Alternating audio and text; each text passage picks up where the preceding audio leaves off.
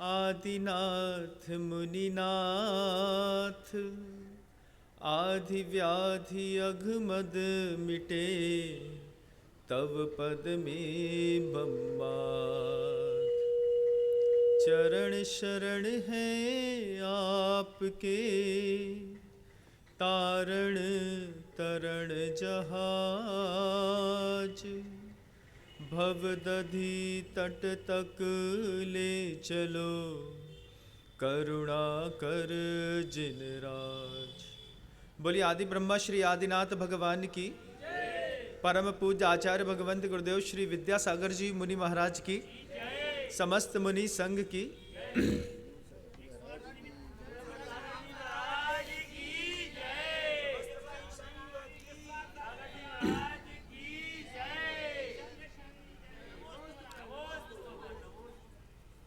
संसार में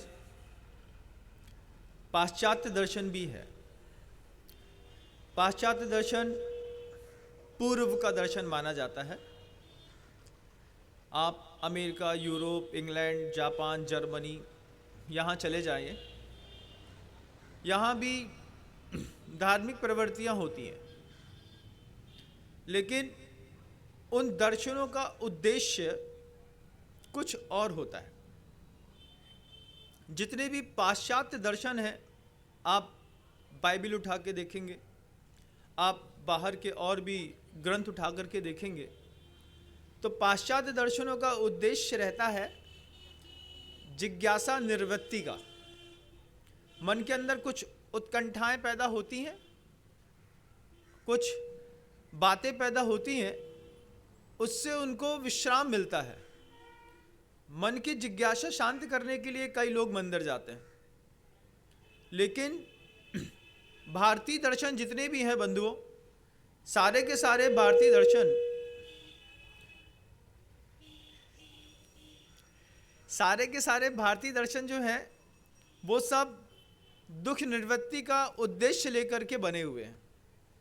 एक दर्शन है जिज्ञासा निवृत्ति को लेकर के, एक दर्शन है दुख कैसे छूटेगा, इसकी उत्कंठा भारतीय दर्शनों में हमेशा रही है।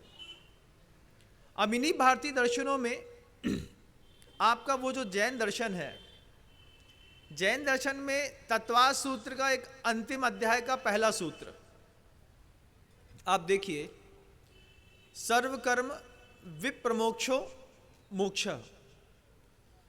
वहां सूत्र कहता है सारे कर्मों से मुक्त हो जाने का नाम मोक्ष है, और उस मोक्ष की आकांक्षा रखने वाला मुमुक्षु, जिसको मोक्ष की आकांक्षा है वो मुमुक्षु है।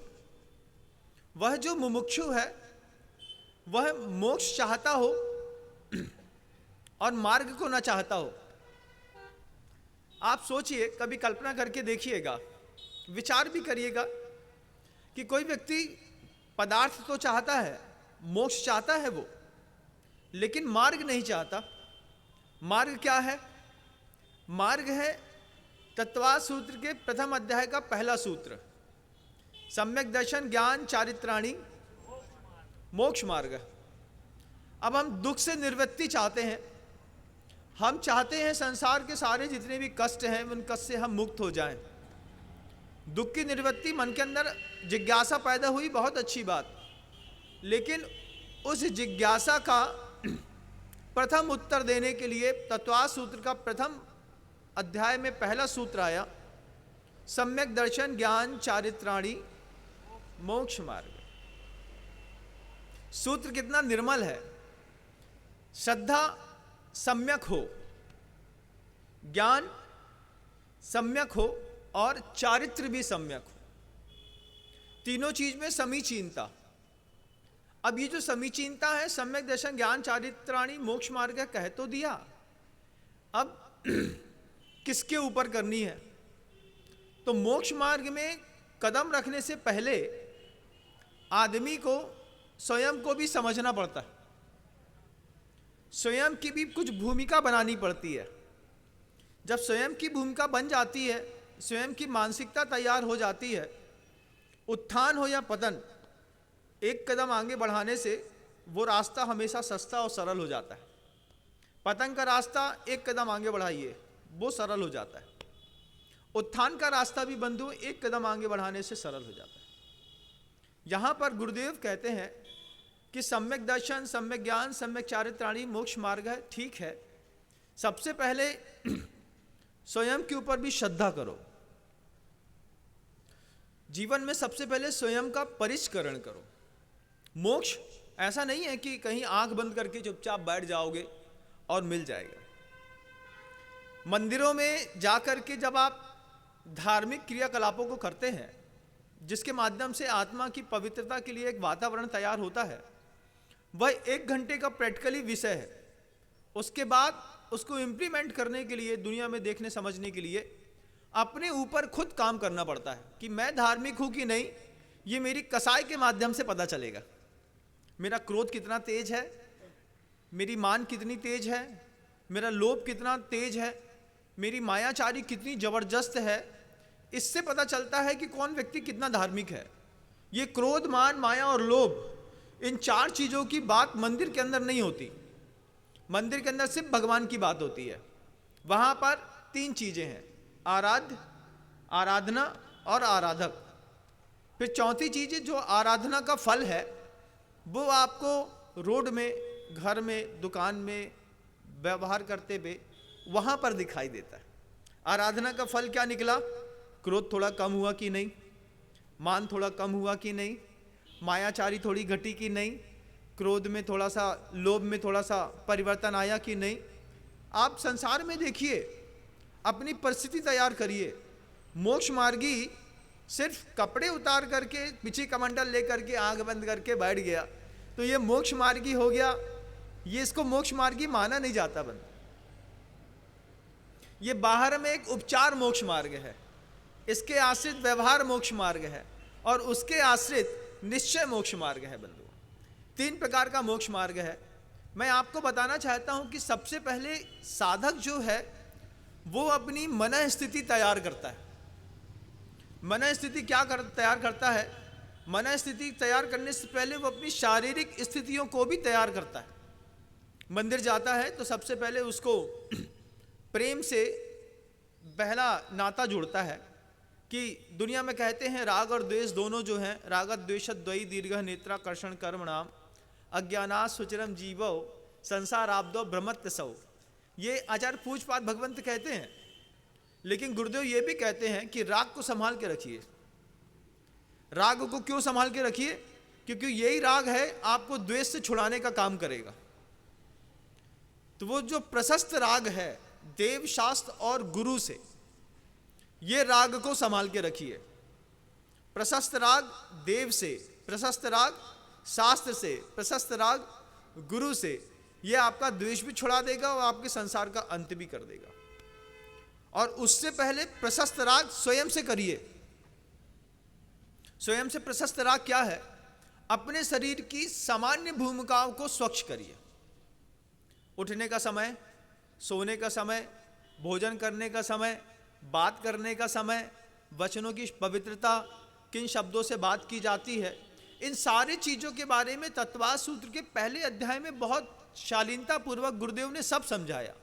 कंदर्प, कौतकुच्छ, मौखर्या, समीक्षाधिकरणों, भुग, नर्थक्यानी, ये सूत्र देकर के गुरुदेव ने कहा कि मोक्ष मार्गी जो है वो हास्य मिश्रित गंदे वचनों का प्रयोग नहीं करता, कौतकुच्छ नहीं करता। जरा जरा सी बात में जैसे उंगली मार करके बोलते ना, अरे तुम तो बहुत जबरदस्त दिख रहे हो भैया, क्या चल रहा है। ये मोक्ष मार्गी की शब्द शैली नहीं है, क्योंकि आचार्यों ने मना किया।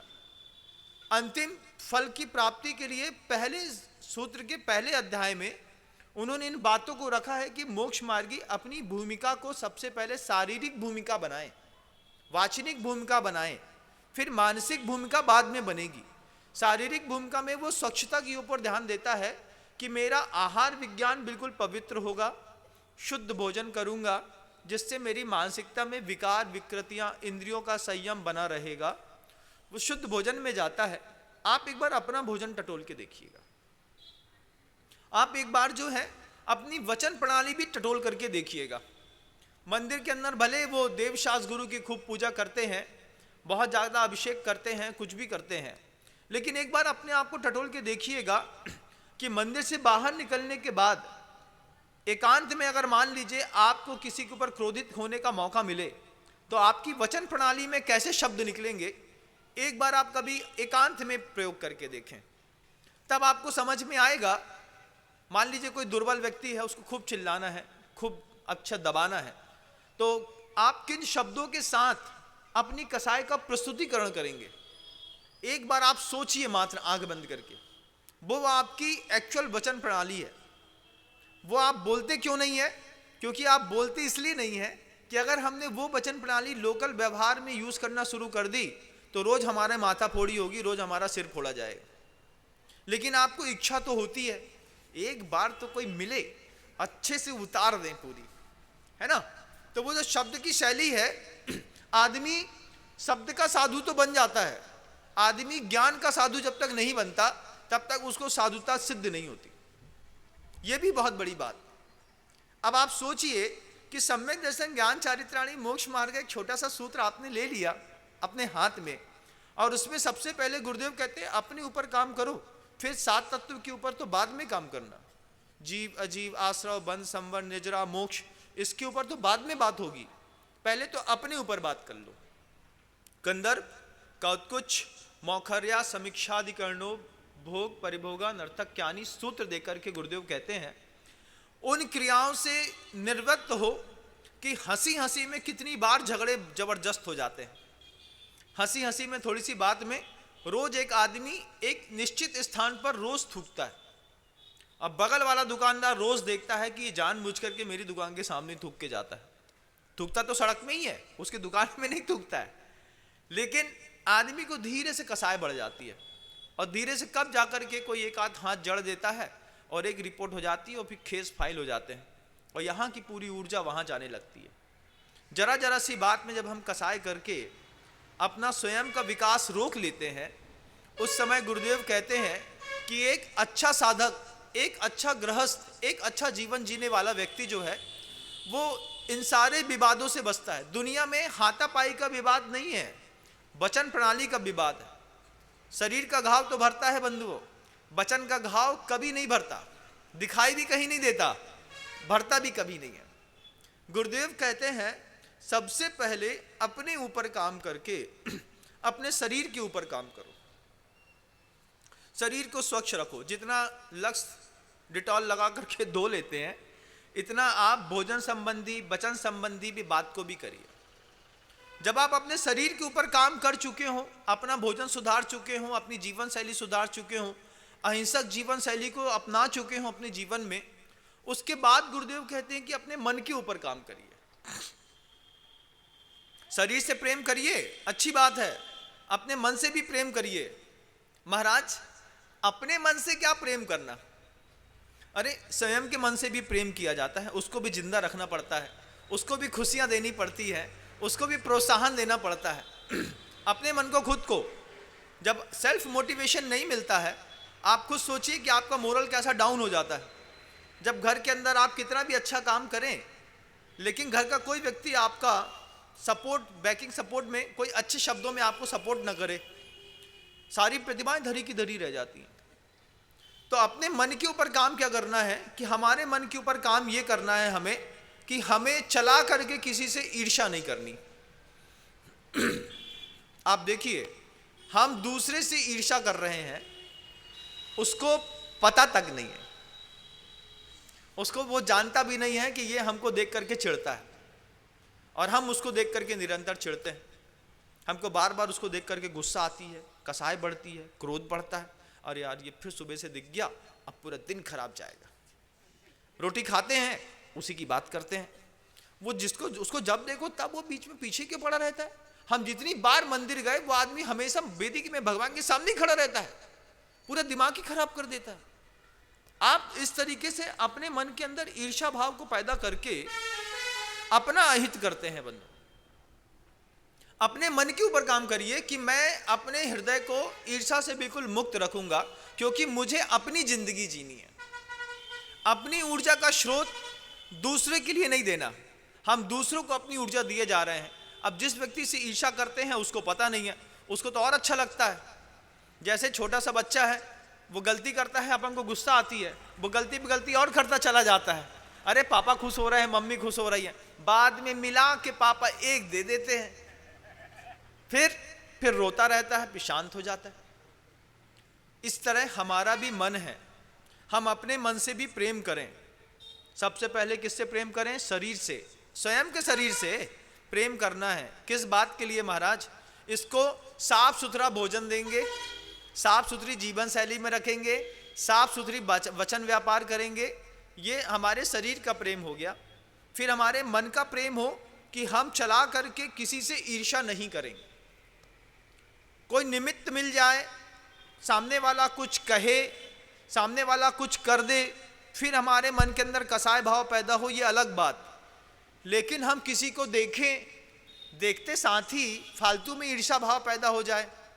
महिलाओं में होता है, आप किसी पार्टी में चले जाओ, वो साड़ी देख ले दूसरे की, देखो तो कैसी बन रही है, क्या समझती है अपने आप को, है?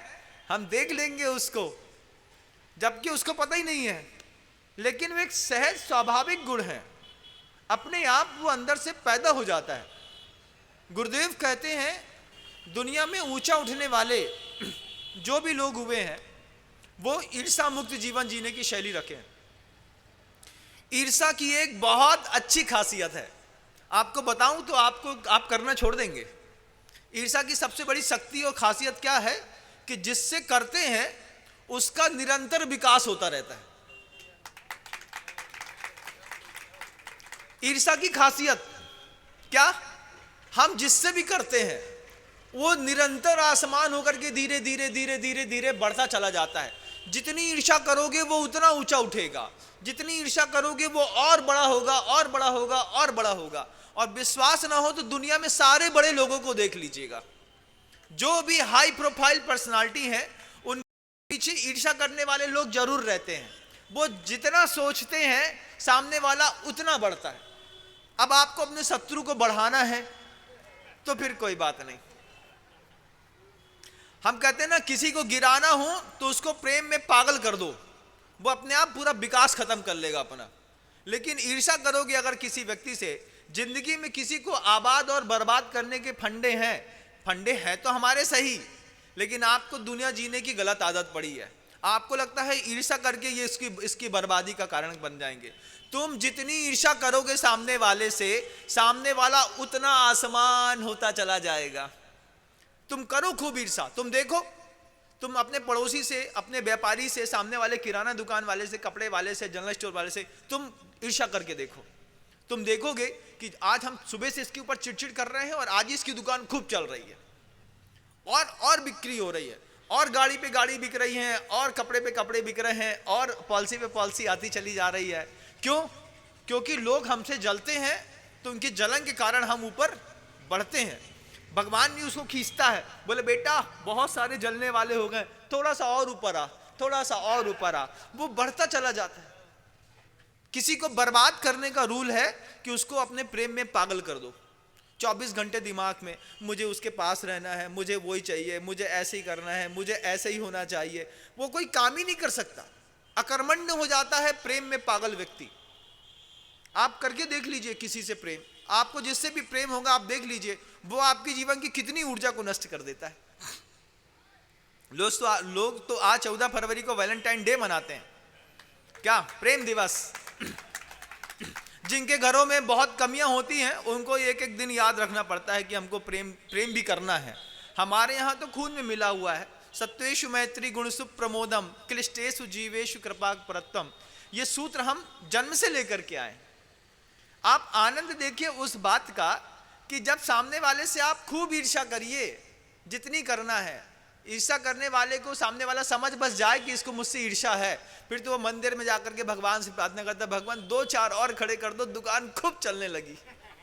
क्यों? जितनी ईर्ष्या करोगे आप सामने वाले से, सामने वाला उतना बढ़ेगा और आसमान होता चले जाएगा। करिए खूब ईर्ष्या, कोई दिक्कत नहीं, आपको उसी में आनंद आता है। आप अपने शत्रु को बढ़ता हुआ देखना चाहते हैं, कितनी अच्छी बात है। उसको घटाना हो तो उससे प्रेम करो, भैया हम तुम्हारे बिना नहीं रह सकते। अब जीवन की सारी ऊर्जा उसकी तुम्हारी तरफ बहेगी। आप देख लो, विश्वास ना हो तो एक छोटा सा व्यक्ति है जिसका मान लो धंधा नहीं चल रहा है, आपकी दृष्टि, आपका प्रेम उस पर टिक बस जाए, जैसे टिक जाए तो फिर आपको लगता है सुनो हम फोन कर देते हैं देसावर में तुमको माल मिल जाएगा, हम फोन कर देते हैं व्यापारी तुमको उधार दे देगा, हम फोन कर देते हैं तुमको दुकान खुल जाएगी, किराया कम लगेगा। क्यों? क्योंकि प्रेम हो गया। अब प्रेम के चक्कर में आदमी अपना काम छोड़ करके उसका काम करने लगता है, तब वो बर्बाद होता है। ईर्ष्या में तो बहुत अच्छी चीज होती है कि सामने वाला हमेशा आबाद होता रहता है, और आप लोगों को ईर्ष्या करके दूसरों को आबाद करने की आदत पड़ी। आचार्य कहते हैं, गुरुदेव कहते हैं कि अगर अपना विकास करना है तो सबसे पहले अपने मन को ईर्ष्या मुक्त करो। ईर्ष्या मुक्त करने में क्या होगा?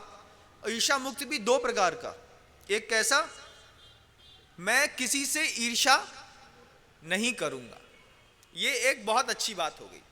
ये है स्वयं से प्रेम, अपने आप से प्रेम है, मुझे अपनी जिंदगी जीनी है, अपने चेहरे की रौनक खत्म नहीं करनी है, अपने चेहरे का उत्साह है, अपने चेहरे का तेज, अपनी शक्ति खत्म नहीं करनी है। इसलिए मैं संकल्पित हूं इस बात का कि मैं किसी से ईर्ष्या नहीं करूंगा। कोई मुझसे करेगा तो फिर मैं उससे प्रेम करूंगा, क्योंकि ईर्ष्यालु व्यक्ति को बर्बाद करने का एक ही तरीका है कि उसको प्रेम में पागल कर दो, और जैसे उसको प्रेम में पागल करोगे बेचारा कहीं का नहीं रहेगा। ये दुनिया में ऊंचा उठने का सबसे बड़ा और बेहतरीन फंडा है। अब पहला सूत्र अपनाइए आप, शरीर के प्रेम से हट करके जब आप मन के प्रेम में आते हैं तो मन के प्रेम में इस बात को स्वीकार करिए कि मैं स्वयं चला करके दुनिया में किसी से ईर्ष्या नहीं करूं। सामने की दुकान वाला बढ़ रहा है, उसका पुण्य है, उसका पुरुषार्थ है, मैं ईर्ष्या करके क्या करूंगा भैया, मैं तुमको और नहीं बढ़ा सकता, जितने बढ़ गए इतने ही बहुत है। अब तो प्रेम में पागल करो, सामने वाले को जो करना है कर दो। फिर एक दूसरी ईर्ष्या मुक्त और होना है कि मैं स्वयं ईर्ष्या तो नहीं करूंगा, मैं सामने वाले के मन में ईर्ष्या पैदा भी नहीं करूंगा। हम चला करके कुछ ऐसे शब्द अगल बगल से निकलते वक्त बोल देते हैं कि सामने वाला फालतू में जल जाता है। अब हमको मान लीजिए थोड़ी सी आदत पड़ जाती है इस बात की कि थोड़ा सा अंदर से जलाओ तो उसको किसी बात पे, तो बस वो जलाओ जलाओ का खेल खेलने लगते हैं। जैसे तलवार लड़ने लगती है, मिसाइल पे मिसाइल बाहर चले चाहे नहीं चले, शब्दों की मिसाइल तो चलने लगती है, और शब्दों की मिसाइल जैसे चलती है वैसे ही आप क्या सोच करके जिन कुल में आए थे और क्या करने लगे। साधक के जीवन में मान लो साधु भगवंतों के जीवन में, साध्वी भगवंतों के जीवन में इस तरीके के विचार आ जाएं, बेचारा वो अपना पूरा विकास ही रोक लेता है, पूरा मार्ग ही खत्म कर लेता है अपना। इसलिए साधक प्रायः करके कोशिश करते हैं कि मुझे किसी से ईर्ष्या नहीं करनी। हो जाती है तो शाम होते होते खम्मामी सब जीवाणाम सभ्य जीवा खमन तुम्हें मित्य में सब भूदेशु वैरम मध्यम न केणवी। ये नहीं कहा आचार्यों ने कोहम मध्यम न केणवी, क्रोध तो करने के लिए बोला नहीं, क्रोध हो जाता है, लेकिन आचार्य बार बार कहते हैं क्रोध एक तात्कालिक परिस्थिति है। जैसे कुत्ता लड़ता है, जरा सी बात में भौं भौं किया और थोड़ी देर बाद दोनों बगल में चुपचाप खड़े हो गए। इस तरीके का क्रोध तो बहुत खूबसूरत है कि थोड़ी देर के लिए लड़ा और थोड़ी देर बाद ठीक हो गए। और महिलाओं में इसी तरीके का क्रोध होता है। कितना अच्छा क्रोध होता है कि देवरानी जेठानी जो होती हैं वे घर के अंदर ऐसा तहलका मचाती है कुछ पूछो मत, जबरदस्त तहलका। वे कपड़ा धोते समय एक आदमी चौके में काम कर रही है, जेठानी देवरानी धो रही है कपड़ा, और दोनों लेत दमादम चले जा रही है। और थोड़ी देर बाद जैसे ही दादाजी आ गए, जेठ जी आ गए, चुपचाप देवरानी हाथ धो के आएगी, दीदी के साथ पुड़ी बिलवाने लगेगी। अब देवरानी पुड़ी बेल रही है, जेठानी तल रही है। अब बोले भैया अभी तुम आधे घंटे पहले तो लड़ रहे थे। तो वो महिलाएं कहती हैं भैया हमारी लड़ाई के बीच के चक्कर में अगर पुरुष पड़ेगा तो जीवन बर्बाद कर लेगा वो अपना, हमारा लड़ाई झगड़ा तो ऐसा चलता ही रहता है। इनकी लड़ाई भी बहुत अच्छी है, इनका प्रेम भी बहुत अच्छा है कि दिन भर चिक चिक चुक चुक करेंगी और जैसी काम की बात आती है तुरंत एक हो जाती हैं। सत्वेषु मैत्री, एक मुट्ठी बांधती हैं, अपना काम करती हैं और फिर अपने लड़ाई झगड़े में खेलती। उनको लड़ाई झगड़ा खेलने में आनंद, जैसे आपको लूडो खेलने में आनंद आता है ऐसे उनको झगड़ा खेलने में आनंद आता है। उसमें उनको अच्छा लगता है, उनको लगता है कि हाँ अब ठीक है। तो ये एक आदत है। अब शुरुआत में मान लीजिए किसी का विवाह इत्यादि होता है, बेचारा वो समझ ही नहीं पाता, बोलता है अरे जब से पत्नी आई है तब से घर का माहौल ही बदल गया, झगड़ा हो रहा है। बोले तुम छोड़ो ही बातों को, उनको जो कर रहे हैं उनको करने दो, वो उनके गेम्स हैं। जैसे आउटडोर गेम्स होते हैं, इंडोर गेम्स होते हैं, जैसे वीडियो गेम्स होते हैं, ऐसे ही वो उनके गेम्स हैं। उनको गेम्स खेलने में मजा आता है तो अपने घर में गेम्स खेलते रहते हैं। कुछ नहीं रहता तो फोन में गेम्स खेलते रहते हैं। कुछ ना ये सब नहीं मिलता मौका तो हाउसी खेलने लगते हैं, भाई कुछ करने लगते हैं। वो उनकी लाइफ स्टाइल है। उस लाइफ स्टाइल में कोई भी पुरुष फंसता है, बेचारा परेशान हो जाता है। मैं आपसे कहना चाहता हूं, मैं दुनिया के सारे लोगों से कहना चाहता हूं कि आप जो है ईर्ष्या स्वयं से मत करिए, फिर सामने वाले को ईर्ष्या पैदा भी मत करिए। अगर अपनी खूबसूरत जिंदगी में बिल्कुल भी दाग लगाने की आपकी इच्छा नहीं है तो आप अपनी जिंदगी बहुत अच्छी जिए, किसी को मौका न दें कि तुम मुझसे ईर्ष्या करो। समझ में आ जाए कि इसकी कसाई थोड़ी सी बात में भड़क जाएगी और बिल्कुल कछुआ बन करके चुपचाप कमरे में पानी में कोंटे में जाकर के बैठ जाओ, तुम निकलो, फिर हम अपनी जिंदगी बहुत अच्छे जिएंगे। जितने भी सफल लोग होते हैं वो कभी दुनिया में किसी से नहीं भिड़ते। जितने भी मूर्ख व्यक्ति होते हैं उनको भिड़ने में आनंद आता है। सफल व्यक्ति बोलता है तुम हमसे कितना भी विवाद और कितना भी विषाद कर लो, हम साइड से निकल जाएंगे। तो मन की एक बहुत अच्छी स्थिति बनानी है, नो कंपटीशन नो कंपैरिजन। दो चीजें, एक फंडामेंटल रूल है लाइफ को अपने स्ट्रांग करने के लिए।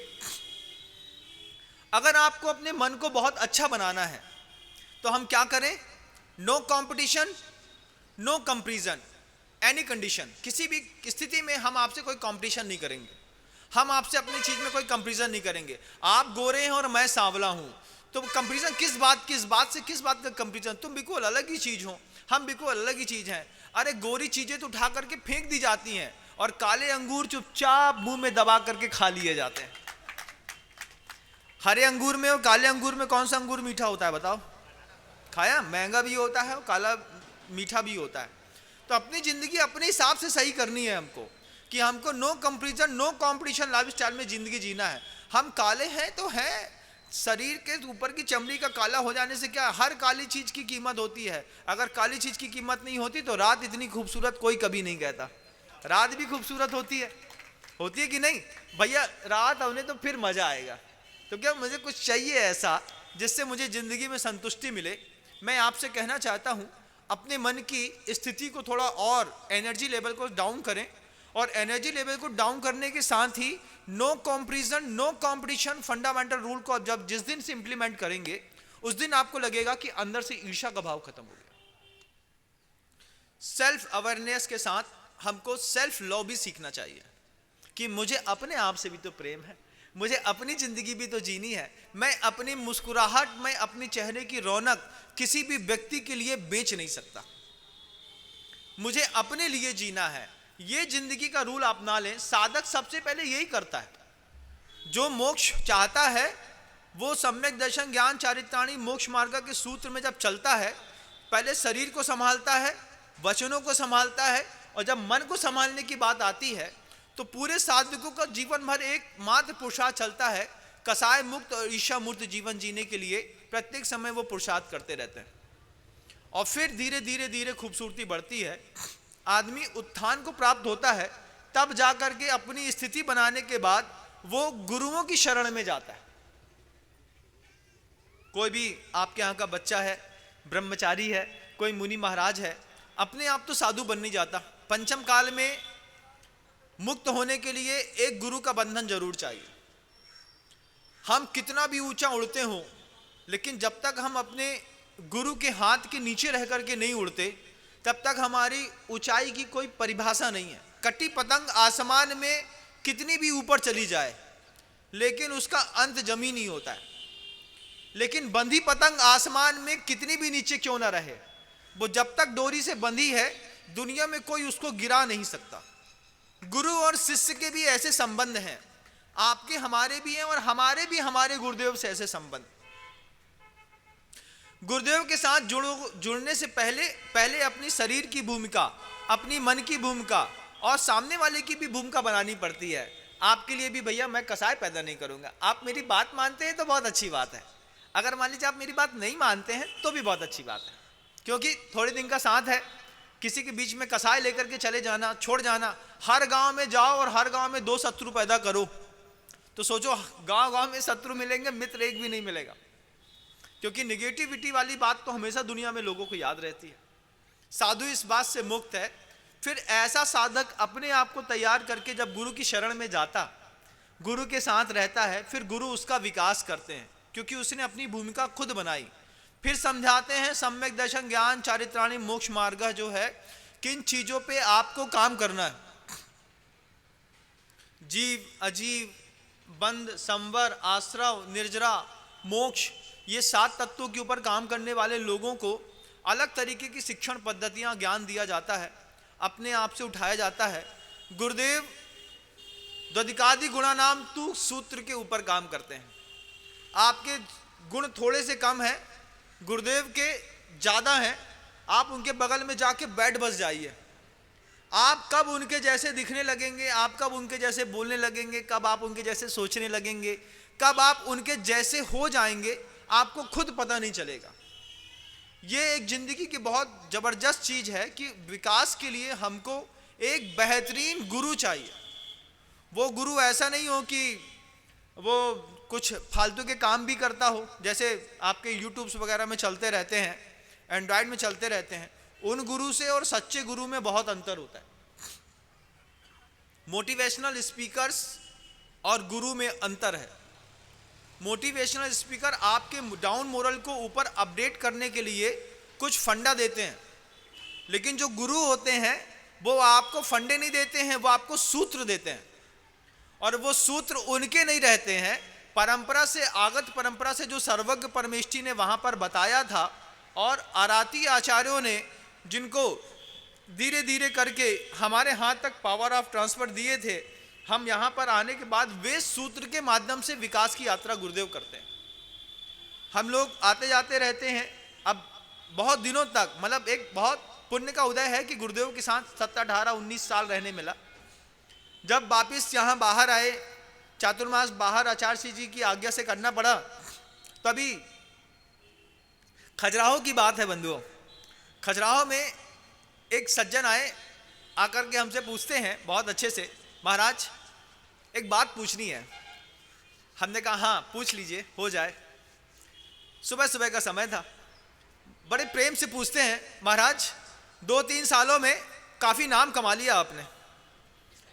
हमने कहा अच्छा, हमको तो पता नहीं था, लेकिन अब आप बोल रहे हैं तो मान लेते हैं। बोले हाँ 2-3 सालों में महाराज जी आपने अच्छा नाम कमा लिया है, अब लोग तो खूब आते हैं आपके पास, दान भी खूब आता है। हमने कहा आप बोल रहे हैं तो मैं मान लेता हूं ऐसा, लेकिन अभी तक मुझे विश्वास नहीं है कि मैंने कुछ कर लिया है। फिर वो हमसे एक अजीब सा क्वेश्चन पूछता है। सामने वाला व्यक्ति हमसे पूछता है, अच्छा महाराज एक बात बताइए, सही सही बताइएगा। हमने कहा हम सही सही बताते हैं, हम झूठ नहीं बोलते हैं, आप पूछिए क्या पूछना है। तो सामने वाला व्यक्ति पूछता है कि गुरु को आपको छोड़े 2-3 साल हो गए हैं, कैसा लगता है?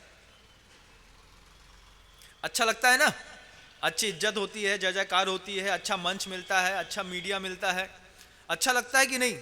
गुरु से मिलने, गुरु को छोड़ने के बाद आपको फीलिंग कैसी आती है? जब आप खुद बड़े स्टेज पर बैठ गए हैं, जब पूरा फोकस आपके ऊपर है, फिर आपको फीलिंग कैसी आती है? ऐसा प्रश्न की मैंने कभी किसी से अपेक्षा नहीं की थी। मैंने सोचा भी नहीं था कि कोई दुनिया में मुझसे ऐसा प्रश्न पूछेगा, लेकिन सामने वाले व्यक्ति ने मुझसे पूछ लिया। अब आपको भी इस बात का जवाब मैं देना चाहता हूं, पूरी दुनिया के लोग भी जाने और समझें इस बात को कि गुरु से मिलने पर और गुरु को छोड़ने पर कैसा कैसा सुख मिलता है। छोड़ने पर सुख मिलता है, 100% मिलता है।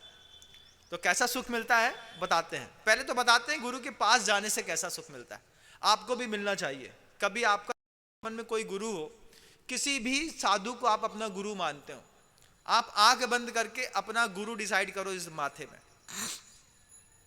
आचार्य विद्यासागर जी महाराज हैं, मुनि श्री ब्रह्म सागर जी महाराज हैं, वीर सागर जी महाराज हैं, या फिर दुनिया में कोई भी मुनि महाराज हैं जिनको आप अपना गुरु मानते हैं। पहले डिसाइड करो हम किसको अपना गुरु मानते हैं। एक गुरु की स्थापना कर लो, अंतस्तर में यहाँ पे। फिर आप देखो कि जिस गुरु को आप अपना गुरु मानते हैं, जिसको आपने श्रद्धा की वेदी पर सबसे ऊंचे आसन पर बैठाया है, उससे उसके साथ रहने पर आपको सबसे पहले जो है कैसे कैसे सुख मिलते हैं। पहला सुख है गुरु का दृष्टि का सुख है, उनको देखने का जो आनंद आता है कि मुझे अपने गुरु जो है आंख से दिखाई दे रहे हैं,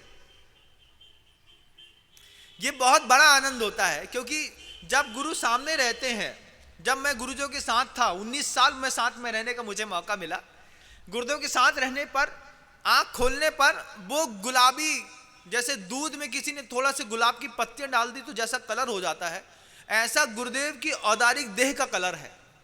जब आंख खुलते साथ ही जब गुरुदेव को देखते थे तो लगता था कि जीवन के सारे पल इतने सार्थक होते चले जा रहे हैं कि गुरुदेव से दृष्टि का सुख है। दृष्टि के सुख के साथ साथ उस दृष्टि से सामने वाले शिष्य को प्रेम भी मिलता है, प्रेरणा भी मिलती है, प्रोत्साहन भी मिलता है। जब आचार्य महाराज आपसे कुछ बोले नहीं, बस थोड़ा सा देख करके तब इतने में क्या लगता है, अरे गुरुदेव ने मेरी तरफ देख करके मुस्कुरा दिया। मुस्कुराने से क्या हुआ? मुस्कुराने से जो आपके हृदय के अंदर प्रसन्नता बनी, ये जो दृष्टि का सुख है इसको कम मत समझिएगा। ये दृष्टि का सुख बहुत जबरदस्त होता है। 19 साल तक तो मिला, लेकिन अब दृष्टि के सुख से साधक वंचित हो गए। जो सीधा सीधा गुरु से प्रेम मिलता था अब नहीं मिलता। अब अपनापन तो रहता है, क्योंकि आचार्य सिंह जी ने एक हाइको ही लिखा है। गुरुदेव खुद कहते हैं भले दूर हूं, हाइको है गुरुदेव का, 17 अक्षर की जापानी छंद की कविता है, जिसमें शुरुआत के 5 अक्षर, फिर 7 अक्षर, फिर 5 अक्षर होते हैं। भले दूर हूं 5 अक्षर, निकट भेज देता कितने अक्षर? 7 अक्षर। भले दूर हूं निकट भेज देता अपनापन। ये 17 अक्षर की ऐसी कविता है जो गुरुदेव हम सबके लिए कहते हैं। जो भी शिष्य उनकी आज्ञा से बाहर रह रहे हैं, अपना धर्म ध्यान कर रहे हैं, साधना कर रहे हैं, उनके लिए गुरुदेव ने एक सूत्र भेजा था हाइको, भले दूर हूं विनम्र तू वहां है और हम यहां हैं, भले दूर हूं निकट भेज देता अपनापन। इस बात का विश्वास है कि गुरु कहीं भी हैं, लेकिन गुरु हमारे हैं। लेकिन इस बात का दुख है कि गुरु दृष्टि का विषय नहीं बनते, गुरु आंख से दिखाई नहीं देते। गुरु से जो साक्षात सीधा सीधा प्रेम मिलता था वो प्रेम चला गया। गुरु से जो प्रेरणा मिलती थी सीधी, वो प्रेरणा चली गई। गुरु के सामने रहने पर जो प्रोत्साहन मिलता था, आज दुनिया में वो प्रोत्साहन चला गया। 3 चीजें 20 साल तक मिलने के बाद अब नहीं मिलती। और क्या मिलता था आचार्य सिंह से आपको? महाराज गुरु से क्या मिलता है? आपको भी मिलना चाहिए। आप भी अपने गुरु से वो चीज प्राप्त करिएगा बंधुओं। उपदेश इसलिए दिए जा रहा है कि जिसको आप अपना गुरु मानते हैं उससे प्रेम, उससे प्रेरणा, उससे प्रोत्साहन, जब आपके पास तो सामर्थ्य है, क्योंकि आप लोग तो विमानवासी देव हैं, है ना, इनोवा है, टोयोटा है, बड़ी बड़ी गाड़ियां हैं, लिमिजोन है, मर्सिडीज हैं आप लोगों के पास। बस पेट्रोल भराया, एक एक्सीटर में पैर रखा और सामने गुरु दिखाई देते हैं। हम लोगों के लिए ऐसा नहीं है। हम लोगों के लिए तो पहले 5-7 साल आज्ञा में निकल जाते हैं। एक आध बार आज्ञा मिली तो 1000 किलोमीटर चलो, जब तक पूरी नीचे की परत छिलके लाल लाल नहीं हो जाए। और जब वो कष्ट के बाद जब गुरु की एक मुस्कुराहट मिलती है, उस मुस्कुराहट में और इस मुस्कुराहट में बहुत अंतर होता है। 1000 किलोमीटर चल के शिष्य ठंडी गर्मी बरसात में धूप सहते हुए शरीर को पूरा काला करके जब थकते थकते लंगड़ाते लंगड़ाते गुरु के सामने सिंहासन के पास पहुंचता है, और गुरुदेव जब उसको देख करके मुस्कुराते हैं और ऐसा आशीर्वाद देते हैं, तब शिष्य को लगता है कि जीवन में सारी साधना सफल हो गई बंधुओं। तो ये साधना की जो मुस्कुराहट वहां मिलती है वो आपको नहीं मिलती। वो आपको कैसी? आपको तो बस अतिथि वाली मुस्कुराहट मिलती है। अभी अभी आए हैं, शाम को फिर अपनी गाड़ी में विमानवासी देव हैं, धीरे से बोलेंगे आचार्य जी बड़ो अच्छो लगो, आपके साथ पूरा दिन निकल गओ, अब हम घर जा रहे हैं। उसमें इसमें फर्क है, लेकिन दृष्टि का सुख चला गया। दूसरा एक बहुत अच्छी चीज है, जब भी आप गुरु के साथ रहें आपको उनके स्पर्श का सुख भी मिलता है। आचार्य जी के साथ रहते थे। तो गुरुदेव के सुबह हो गया, दोपहर हो गया, शाम हो गई, रात हो गई, जब चाहे तब पैर पकड़ लिए। हाथ में खुशबू थी आचार्य जी के शरीर की। कभी पैर की वय्यवृत्ति करने के लिए छोटा सा वो पंजा अपना दे देते थे कि बस पंजे तक करना है। कभी सौभाग्य से कभी घुटना छूने मिल जाए या फिर जंघाओं के बल में थोड़ा सा तेल इत्यादि लगाने का मौका मिल जाए, तो सुबह से लेकर शाम तक मन नाचता था इस बात के लिए कि आचार्य जी की आज हमने थोड़ी सी ऊपर भी वय्यवृत्ति कर ली। उनके स्पर्श का अपना अजूबा सुख है। उनके हाथ, उनके पैरों में जो तेल वगैरह लगा दिया थोड़ा बहुत, उस तेल लगाने के बाद हाथ नहीं धोता आदमी, पूरे शरीर में पोंछ लेता है। क्यों?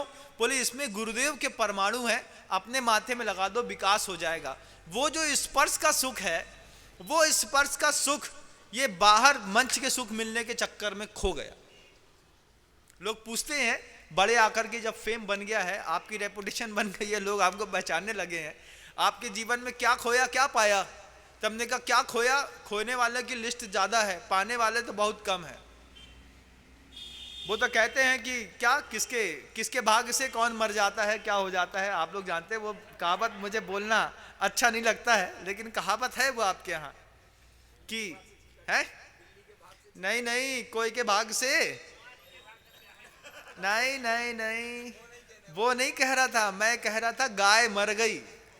कौन के भाग से? दूसरे के भाग से गाय मर गई। तो मरी गाय जी की मरी, वो तो रोन लगो, लेकिन मरी गाय को देख करके दूसरों हंसन लगो कि अब चमड़ा हमाओ, गद्दी हमारी, पल्ली हमारी, सब हमारा।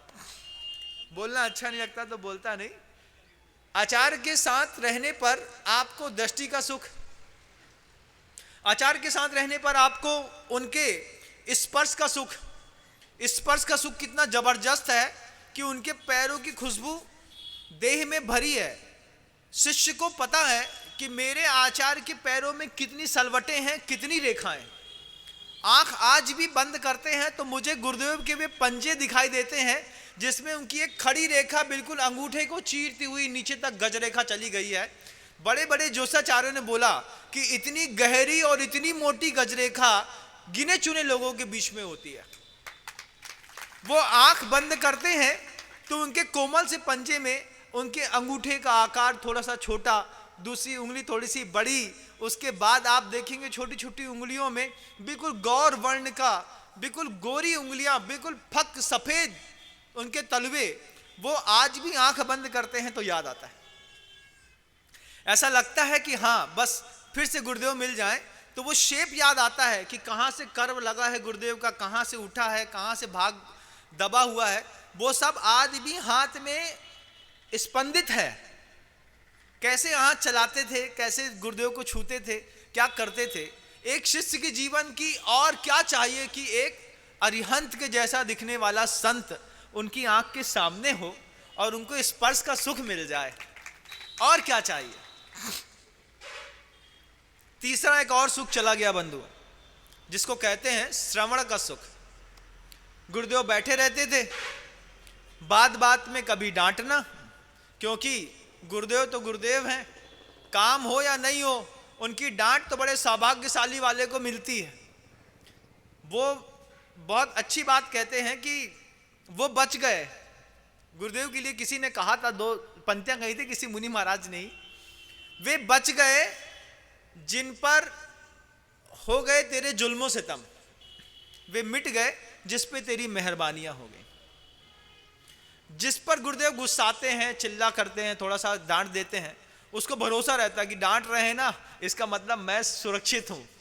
लेकिन जिसको मुस्कुरा देते हैं, हाँ आओ आओ आओ आओ, तो सामने वाले को डर लगता है, बोले आओ आओ बोल रहे हैं, कुछ जाओ जाओ नहीं बोल रहे हैं, तो वो गड़बड़ लगता है।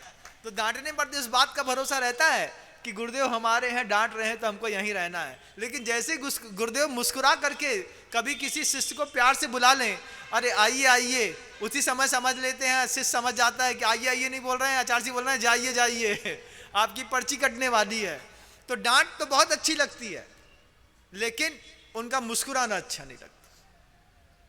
आप प्रेम मत करो, आप तो डांटो, डांटे पर भरोसा है कि सेफ जोन में है। प्रेम करने पर आदमी जो है ना, जैसे वहां से कहाँ विदेशों से टाइगर ला करके यहाँ के जंगलों में छोड़ दिया, ऐसी स्थिति है कि यहाँ को उठा करके कहीं छोड़ न दिया जाए तो वो भी चला जाता है।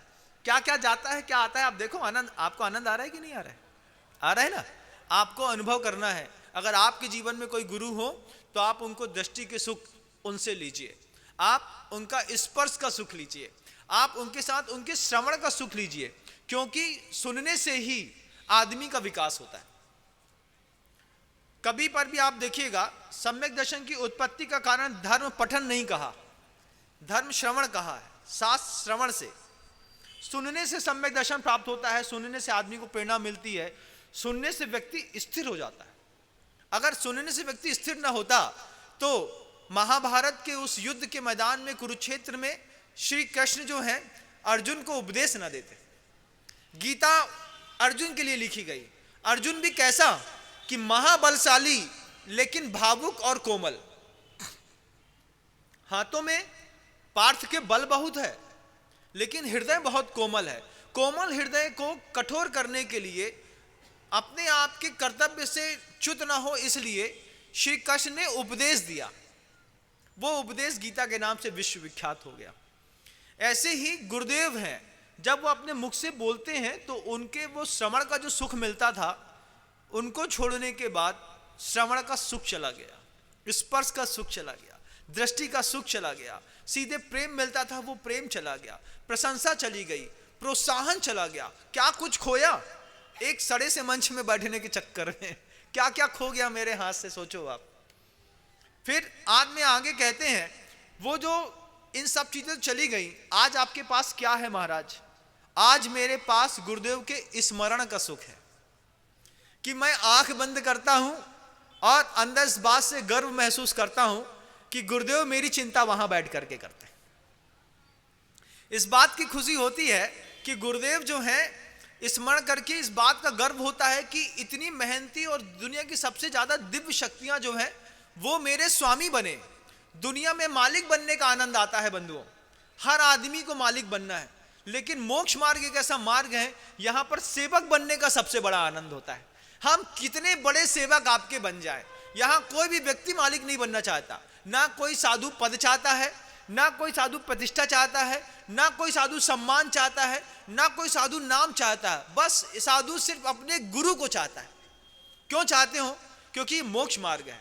मोक्ष मार्ग में नेता बनने में कोई सुख नहीं है। मोक्ष मार्ग में सेवक बनने का बड़ा सुख है।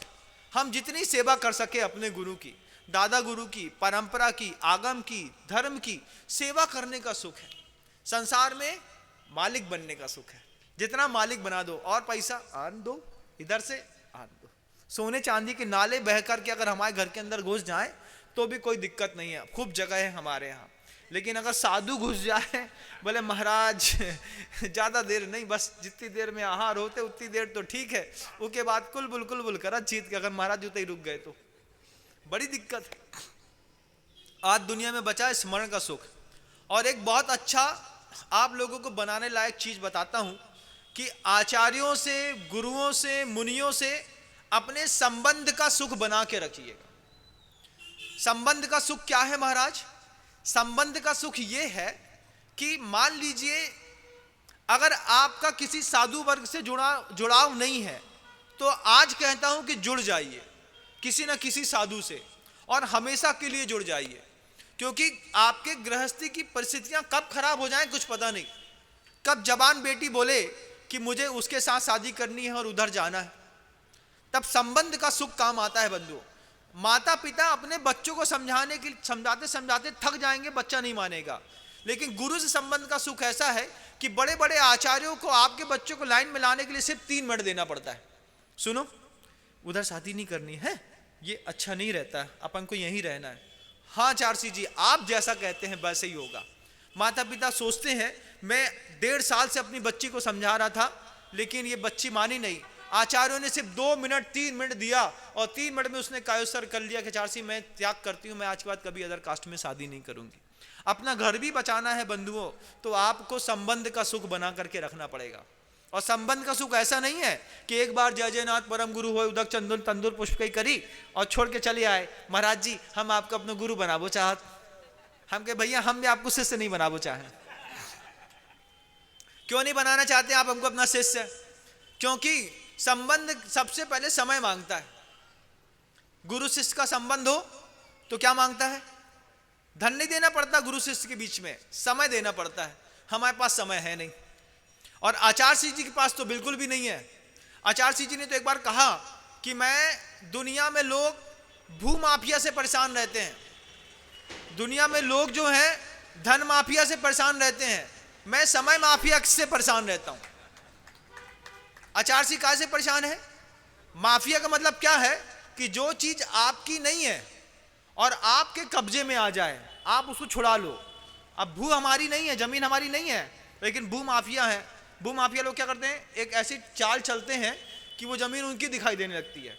तो बोले मैं भू माफिया से परेशान नहीं, मैं धन माफिया से परेशान नहीं, मैं समय माफिया से परेशान हूँ। ये माफिया के लोग बीच में घुसते हैं, अचानक अपनी पत्ती लगाते हैं, एक कागज लगाते हैं और मेरा समय लेकर के चला जाते हैं।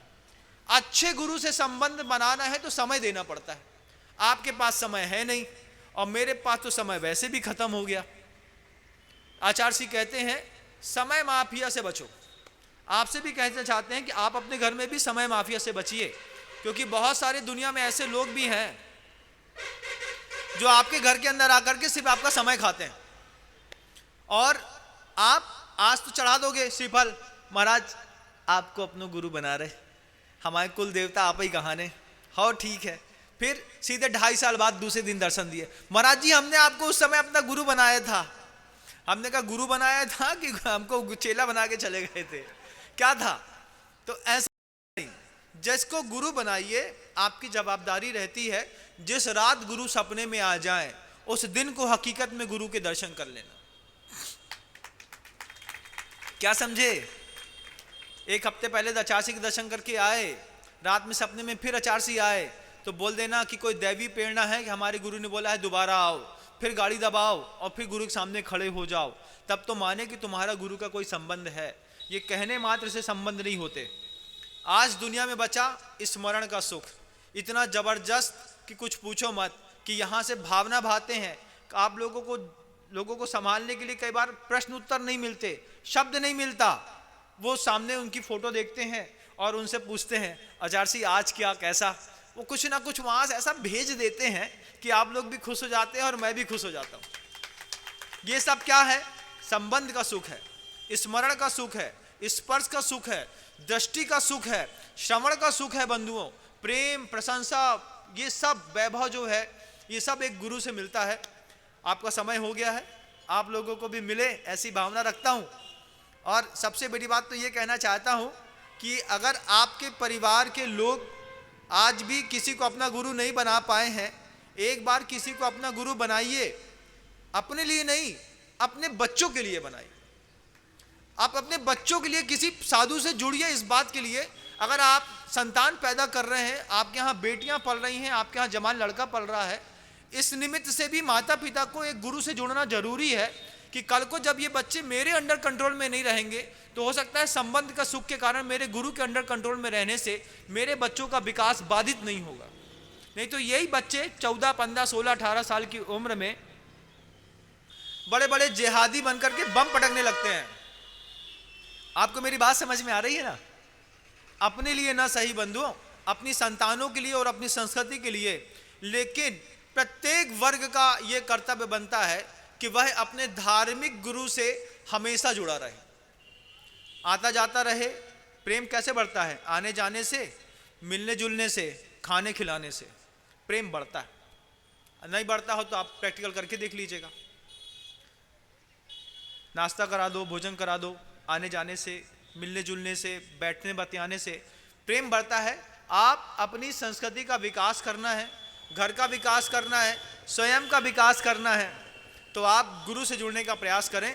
और ये जितने सारे सुख मैंने बताए हैं इसकी एक लिस्ट बना लीजिएगा, कौन कौन से सुख मिलते हैं और कौन से सुख में शिष्य जिंदा रहता है।